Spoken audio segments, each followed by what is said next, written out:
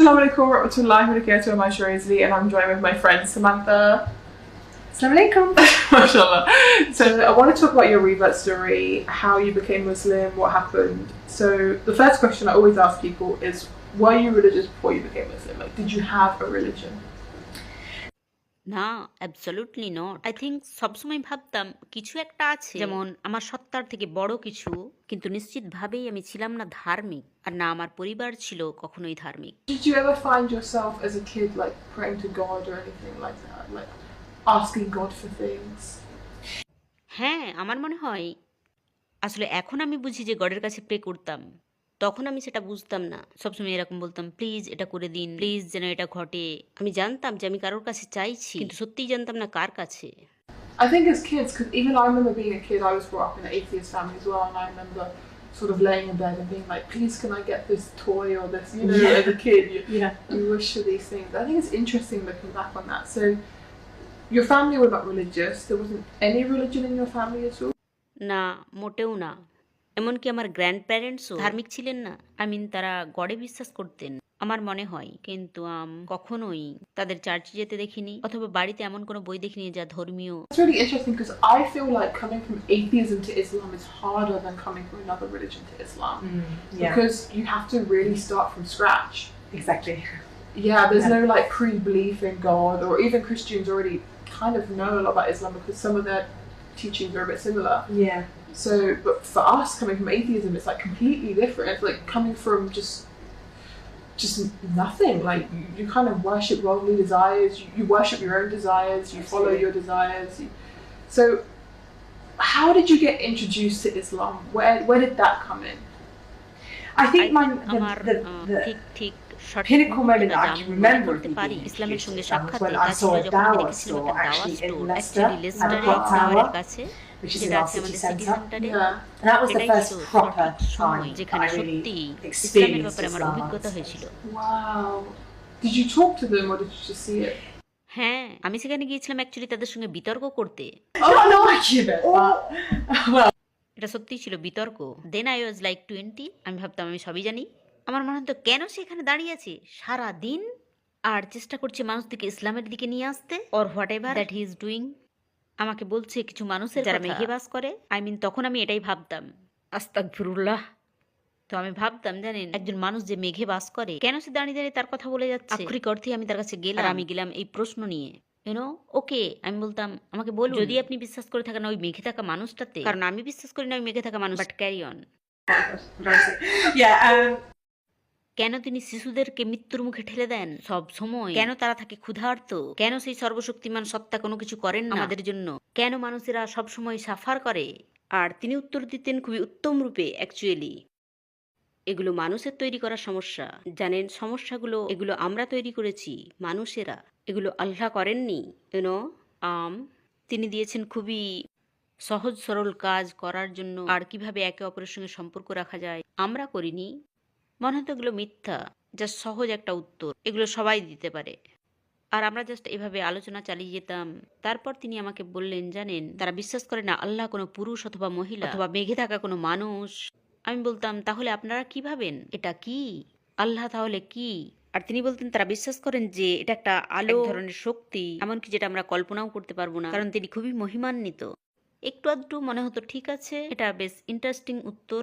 Yeah, it's really interesting what you said because we do think about sort of world suffering and starvation and kids starving to death, and we think, why has Allah not made enough? But Allah has made enough in this world for everyone to eat, for everyone to be okay.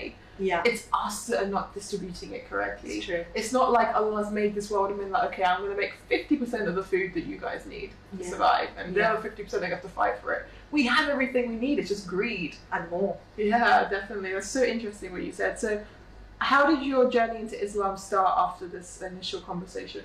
তো তিনি প্রায় 1 ঘন্টা পর আমাকে দিলেন একটা booklet আর বললেন, দেখুন বোন, এই বুকলেটটা পড়ে দেখুন, তারপর আমাকে বলবেন কি ভাবছেন। আমি জাস্ট একটা ব্যাগে রেখে দিলাম আর চলে গেলাম বাড়িতে এক কোণে ফেলে রাখলাম। Just I don't care.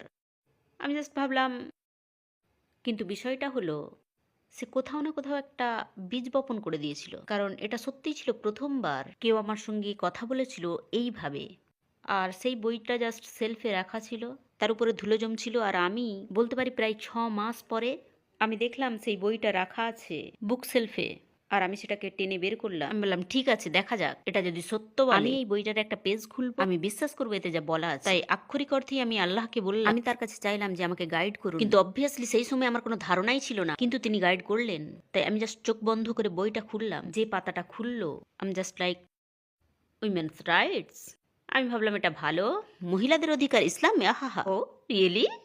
কারণ অবভিয়াসলি আমার দৃষ্টিভঙ্গি ছিল, বিশেষ করে কারণ যা কিছুই উপস্থাপনা করা হচ্ছিল মিডিয়াতে 9/11-এর পর, আমাদের পূর্ব ধারণা মুসলিম আর ইসলামের ব্যাপারে ভয়াবহ।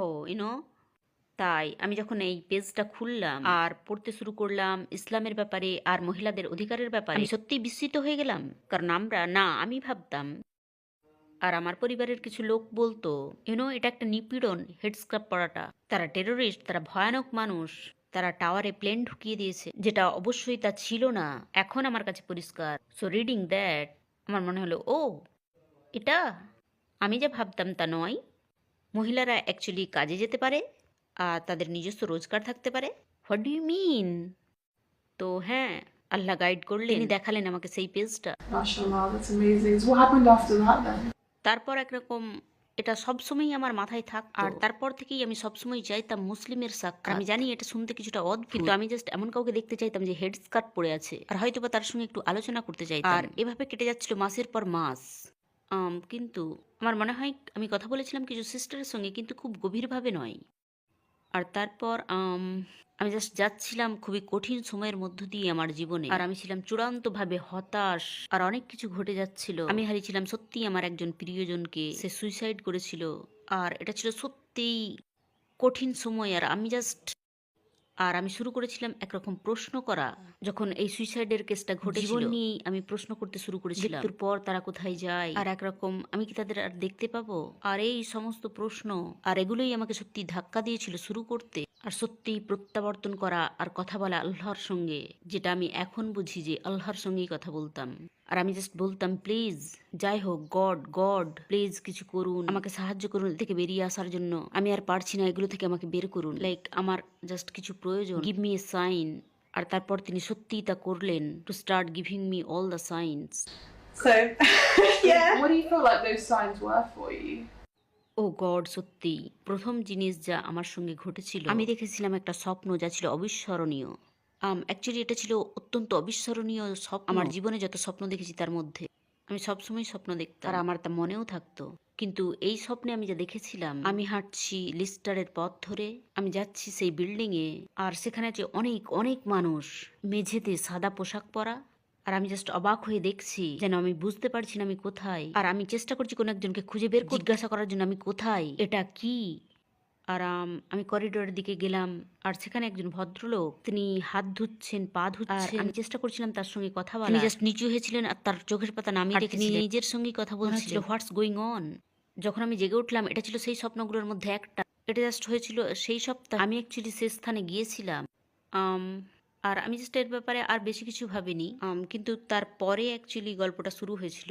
কিন্তু এটা ছিল সত্যিই অবিস্মরণীয় স্বপ্ন যা আমি দেখেছিলাম, যেটা কখনোই আমার মাথা থেকে বের হয়নি। আর হ্যাঁ, আমি পেতে শুরু করেছিলাম সায়েন্স, আর কিছু ঘটছিল, আর এগুলো ঘটছিল খুবই খুবই দ্রুত। তো আমি যেন বলতে চাইছিলাম আল্লাহকে কিছু কিছু যেমন কিছু খুবই বোকা বোকা ট্রাফিক সিগন্যালে দাঁড়িয়ে বলতাম, ঠিক আছে, যদি 3 সেকেন্ডের মধ্যে গ্রিন সিগন্যাল দিয়ে দেয় তাহলে আমি বিশ্বাস করব, আমি ফিরে আসব।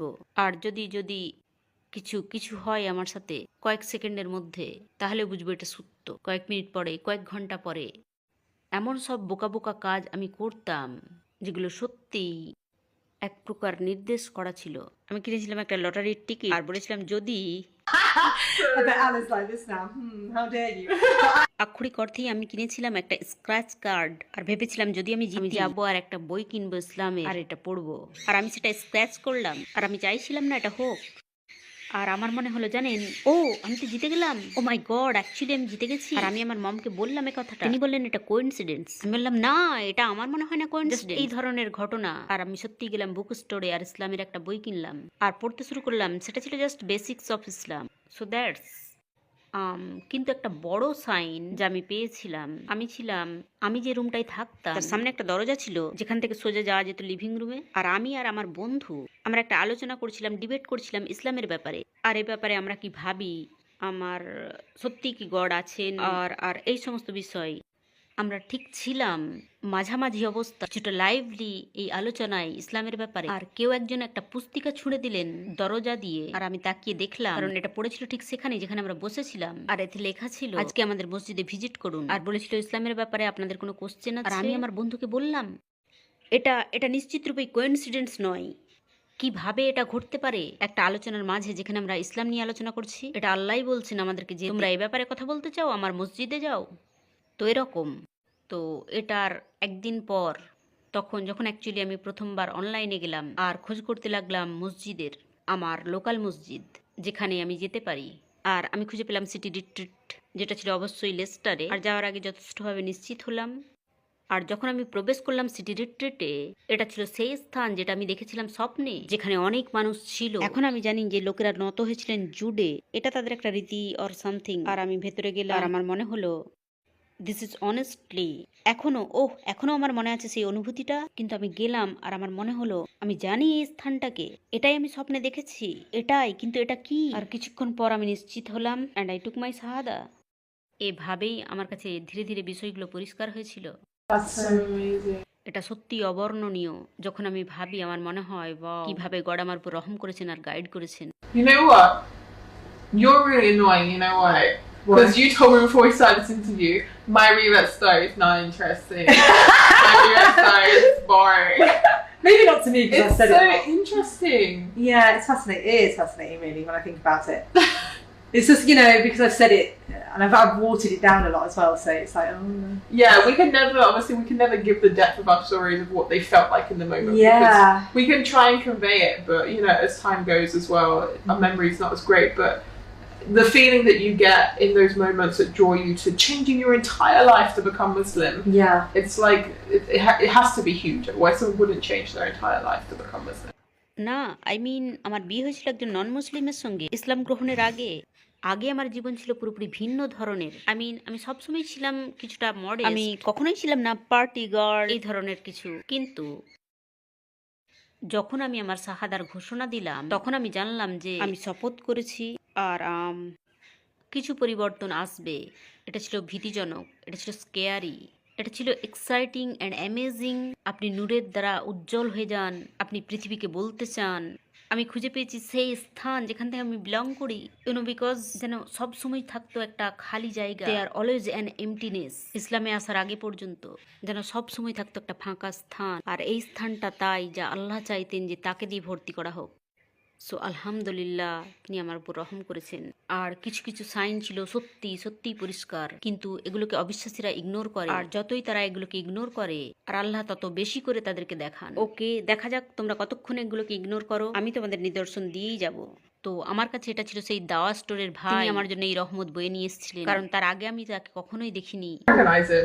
হ্যাঁ, আমি তাকে জানতে চাই। এটা অনেক দিন আগের কথা, আমি সবসময় জানতে চাই তিনি কে। Brother, if you're watching, this is the face. This is me. I'm sure you spoke to a lot of people.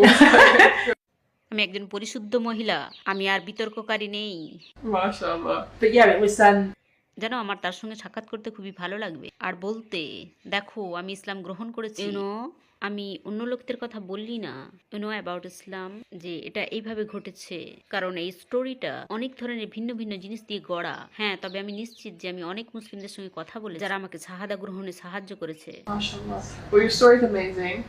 We're now going to do another interview where we talk about what happened after you declared your shahada. Yes. And obviously there's a lot of good things, but we're also going to cover some of the negative things that happened as well, inshallah. Yes, inshallah. So check that out. I'll put a link in the description. Maybe not, because I probably haven't released the video yet. So if you guys want to see that, then go and check it out. If it's not released yet, then you've got to wait. Sorry. Assalamu alaikum, guys.